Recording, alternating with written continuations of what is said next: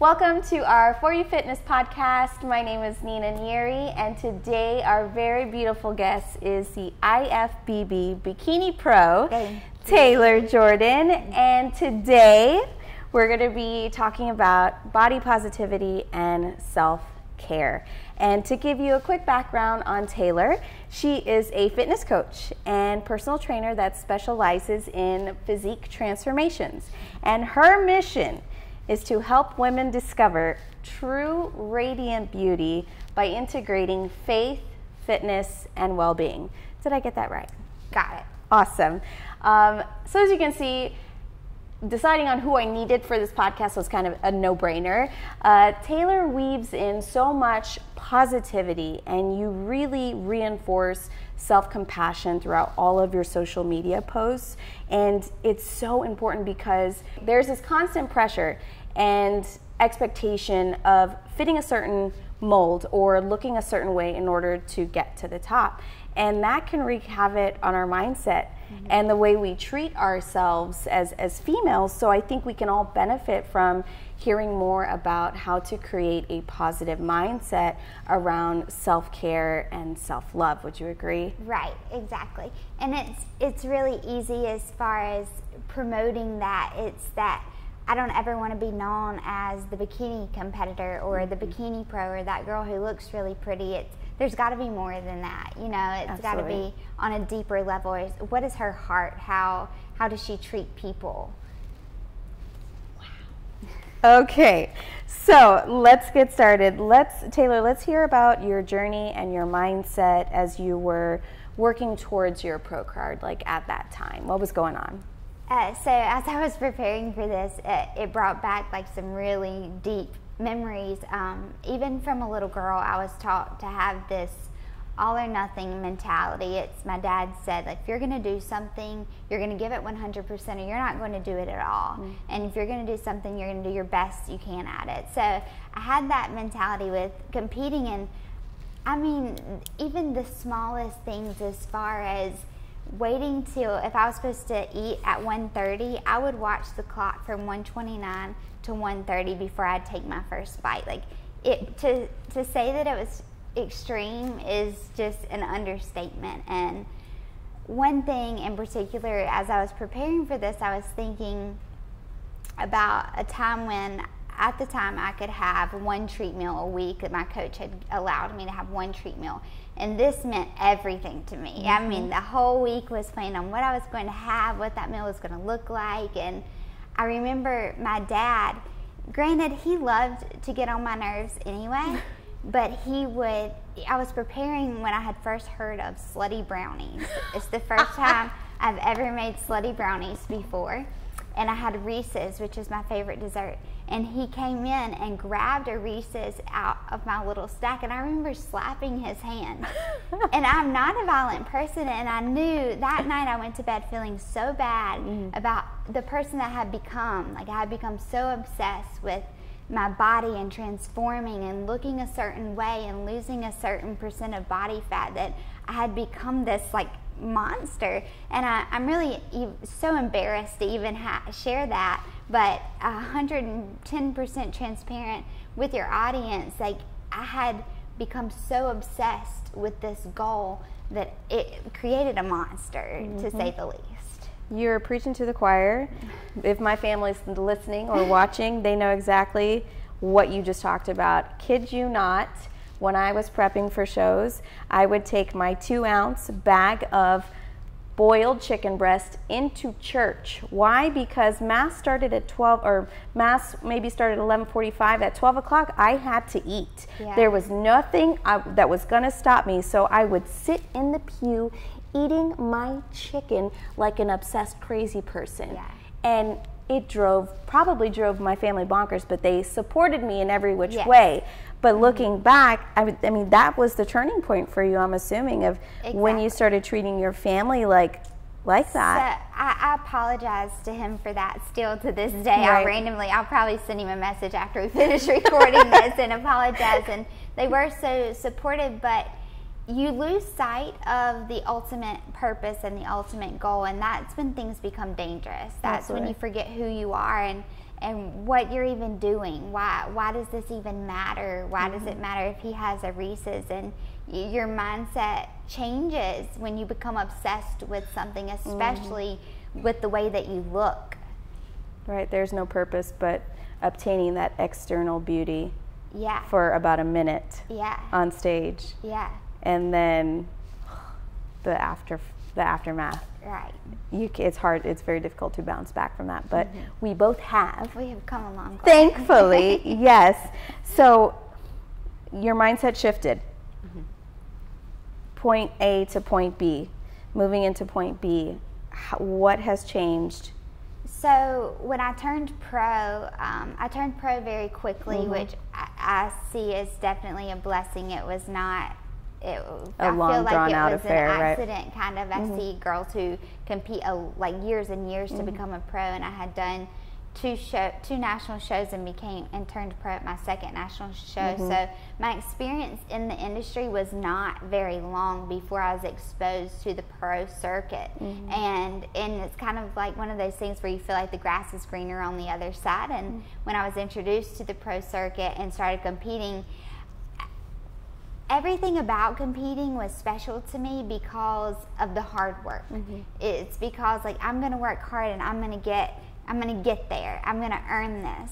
And then when I was introduced to the pro industry, I was very disheartened, and my eyes were kind of open to a different side of things that were really discouraging for me. And so there was never like an aha moment as far as this is not the place for me or this isn't the right thing. I would say that I just basically grew out of it. I started to realize that there are so many more important things than stepping on stage in a bikini and having no body fat. There's so many important things than having to eat every 3 hours, and my life had been so consumed by the gym and mealtime that I forgot what I even enjoyed anymore. Granted, I still to this day absolutely love working out hard and eating healthy, but it's not an obsession anymore. And I started to realize that there are memories that I want to make and quality time that I want to spend with people. And the biggest clicking factor to me is when I would be very proud that I had earned my pro card, and I would speak to people and say, oh yeah, I'm an IFBB bikini pro, and they'd be like, what's that? And I'd be like, you don't know? You don't know? And really, like, when I realized that the bodybuilding industry is this big compared to everything else in the world, that no one outside of the industry really even knows what it is or what an IFBB bikini pro is. And that was a very much of a reality check for me. It's like, you know what, I've poured all of my energy into this thing that it really is so insignificant, and I've sacrificed a lot of things. And so this transitional period of my life, I've started spending more time with family and friends, and understanding that having 5% body fat or 7% body fat, being tired and feeling disgusting is not healthy, for one, and that's something that is very important to me. And for two, what does it matter?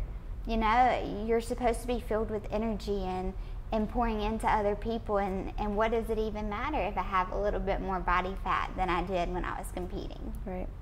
It's like, what's your mission now? You know, what's the purpose behind having minimal amount of body fat, yet you can't walk from point A to point B without being angry, upset, just your insides are collapsing, like just completely unhealthy. I mean, I get it. Yeah. I was there.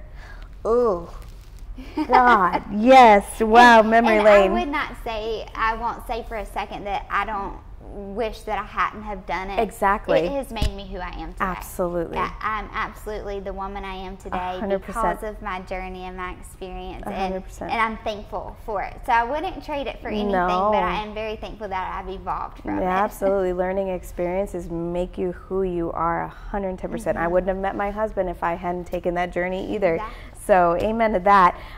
Moving into, you know, you said you started transitioning and spending time with family. Would you consider that an act of self-care and self-love? Like, let's dive into that. What is your take on what self-care is? So I see this especially in a lot of my clients who are moms and wives. They put everyone else before themselves.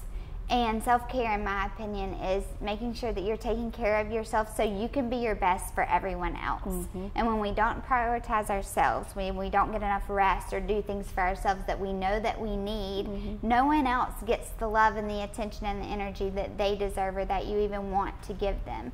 So as women, we're caretakers and we always want to pour out to other people, but we have to remember that we have to take care of ourselves first, and then we can be our best selves for everyone else. Life things, they are thrown at you every single day, mm-hmm. and if you're not spiritually grounded in who you are and what you're on this earth to do, it's really easy to get out of line with everything else and who you are as a person. The balance between staying active and eating well. You can only do as much activity as your diet supports, and that's an important balance for me personally. Mm-hmm. Another thing is spending time with my family and friends. If I don't get that, I'm not the best Tayler that I can be, and that's mm-hmm. so important to stay in tune with that as well. And then the other thing is I love my job. Mm-hmm. I absolutely love what I do for a living, and I love helping other people. Mm-hmm. And for a long time I put that first. That's probably lately I would say that was the one thing I'm still learning to have balance with, because I do love working so much. Mm-hmm. But when I put work first over everything else, there were some side effects starting to happen. Mm-hmm. I became aware of rather quickly, and so that's something I'm still trying to manage. But that's what happens when you love your job, which absolutely. I can't be more very thankful fortunate for that. Yes. You mentioned the word rest, knowing when to rest and knowing when to take a break. So this is probably the most challenging thing for me, because I absolutely love working out, absolutely, and it is one of those things where I learned the hard way, 100% learned the hard way, that you have to have a break from training mm-hmm. in order to recover, in order to even see results. Mm-hmm. But some other things that I noticed as far as breaks or not having balance in certain things is when it comes to work and fitness. If you don't have a break with that, you experience burnout. Mm-hmm. And burnout is the type of feeling, like I'm telling you from personal experience, you don't want to go there. But also with people, and we're talking about pouring into other people before putting yourself first, people will become resentful and not even mean to. But when you pour so much into other people, they will become resentful when they don't get that. Mm-hmm. Or you become resentful of them because you've given them so much of your energy. Right.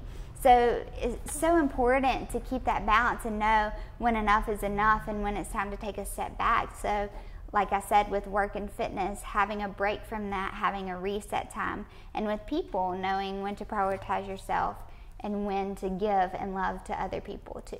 So we basically have to set boundaries. Yeah, absolutely. We have to teach people our boundaries, because if we constantly give and give and give, we've conditioned them to expect us to give and nothing else. So when we try to change it, they're like, whoa, hey, where you at? Right. Things like that. So setting up those boundaries, and that obviously takes time, but you can say no. Yeah. Right? Yeah. You can totally say no. As an adult female, you can say no. Let me write that down. Yes, as an adult female, you can say no.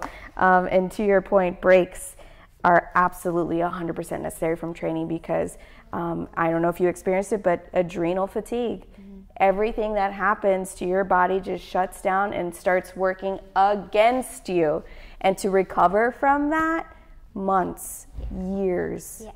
So that little couple of days you could have taken turns into a forced break for much longer than that. Absolutely. And that goes for anybody, any female age, well, maybe not your teeny boppers, but from early 20s to late 50s, like, give yourself a break. Mm-hmm. You will kick yourself for not taking those 2 days of rest. And it doesn't have to be, where you're just laid up on the couch and not doing anything. No, go for a walk, go on a bike ride, something low impact, something good for your mind. Mm-hmm. But it's so, so important. If you want to get past any plateaus, take a break.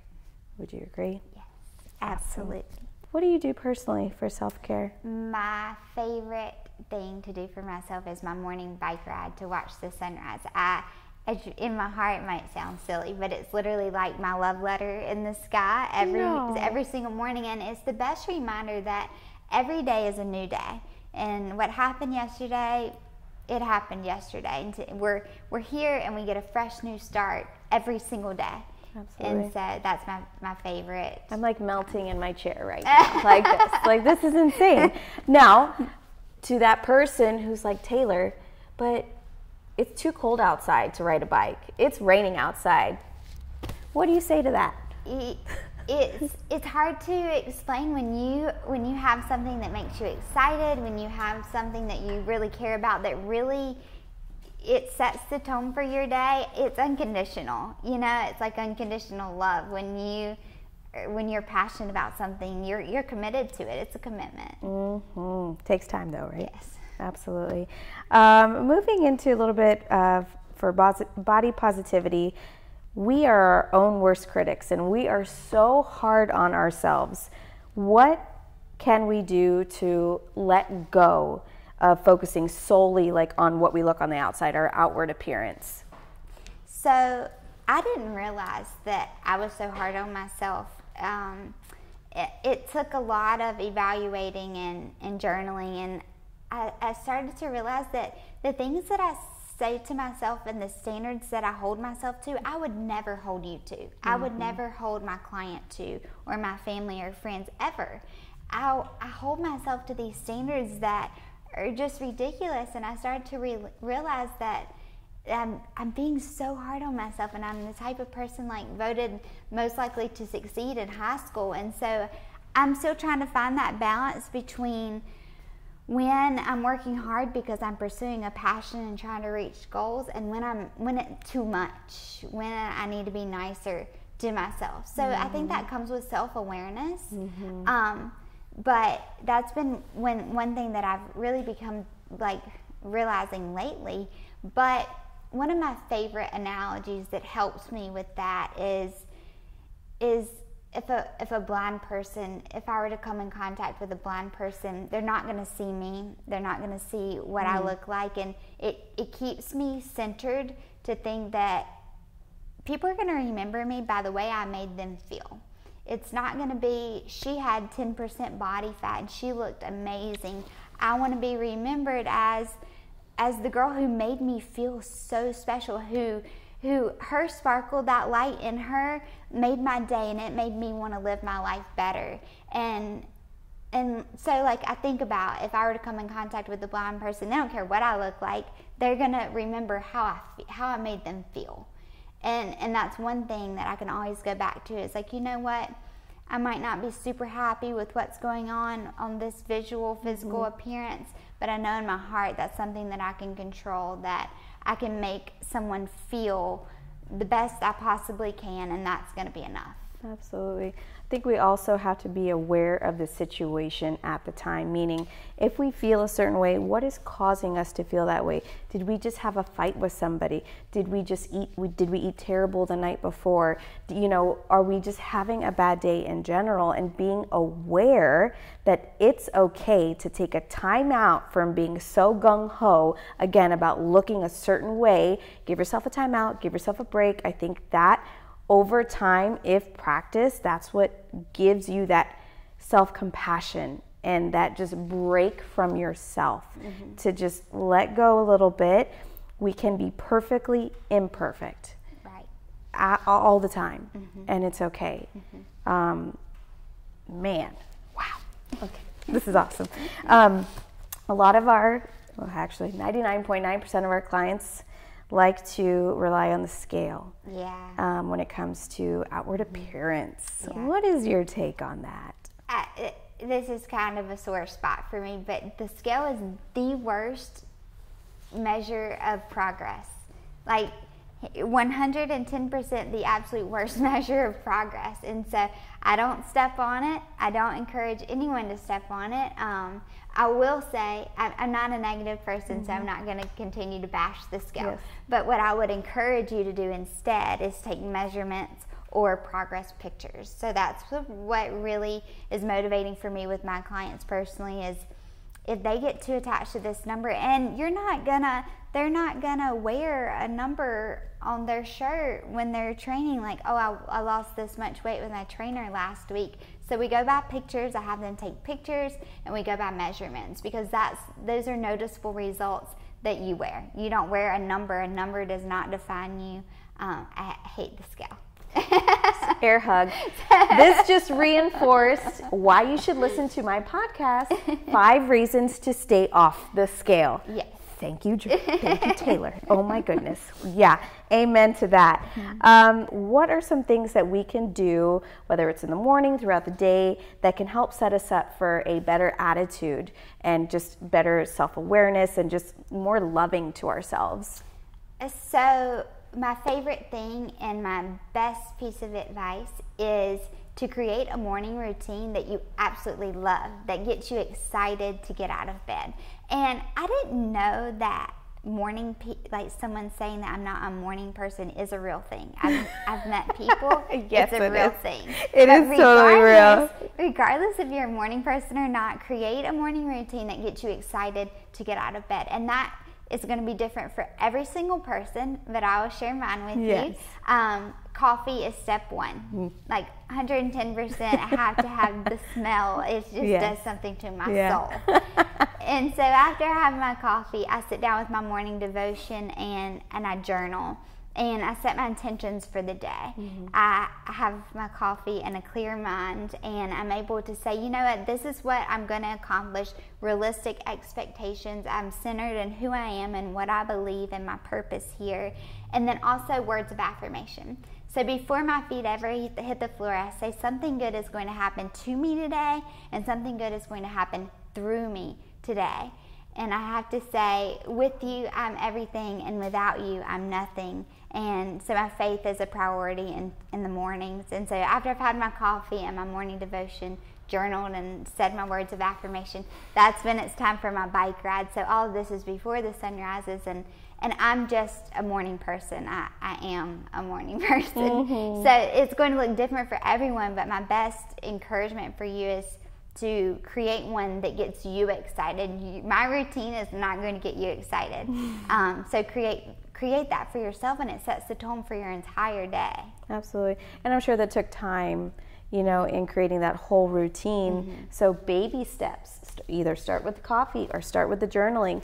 Write down 2 goals, have purpose in your day, but make it a daily habit. You posted something, I think it was yesterday, about finding a new book. Rachel Hollis's Girl Wash Your Face. If you're listening to this, that is a must read. A must read. I like that. You'll get through it and you'll be like, amen, sister friend. Like, it's freaking fantastic. I think you pretty much covered everything. Love yourself through and through. I have to tell myself that every single day. This is why I don't have a lot of mirrors in my house or a scale, because if I spend 1 minute in that mirror judging myself, that will ruin the rest of my day. So instead of focusing on yourself, take yourself out of yourself and give yourself to someone else. And that's a great point too. If there's something that sets a negative tone for your day, get rid of it. If it's looking at someone's Instagram or looking at Instagram at all, my goodness, that's the best decision I ever made. Stop scrolling so much.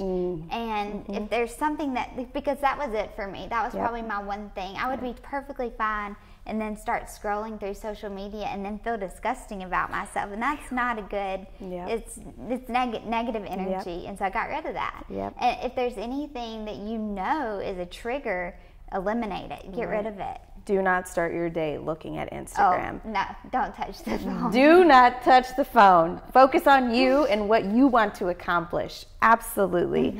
All right, Tayler, so where can our viewers and listeners find your beautiful face? Oh, thank you. I'm most active on Instagram. It's probably my number 1 source of social media. Also Facebook a little bit there. Not as active on YouTube, but also email for all my one-on-one clients, email is the best way to reach me, and Awesome. that's taylor.jordan@gmail.com. My name, thanks Mom, is spelled with an ER, not an OR. So I got that one wrong that's too. Mom's fault. Appreciate Yes, ya. and the Instagram handle is @TaylorJordanFit. perfect. And that's Thank you a so wrap. much Thank for you so having me. much. It was awesome. Yay. That's a wrap. Bye.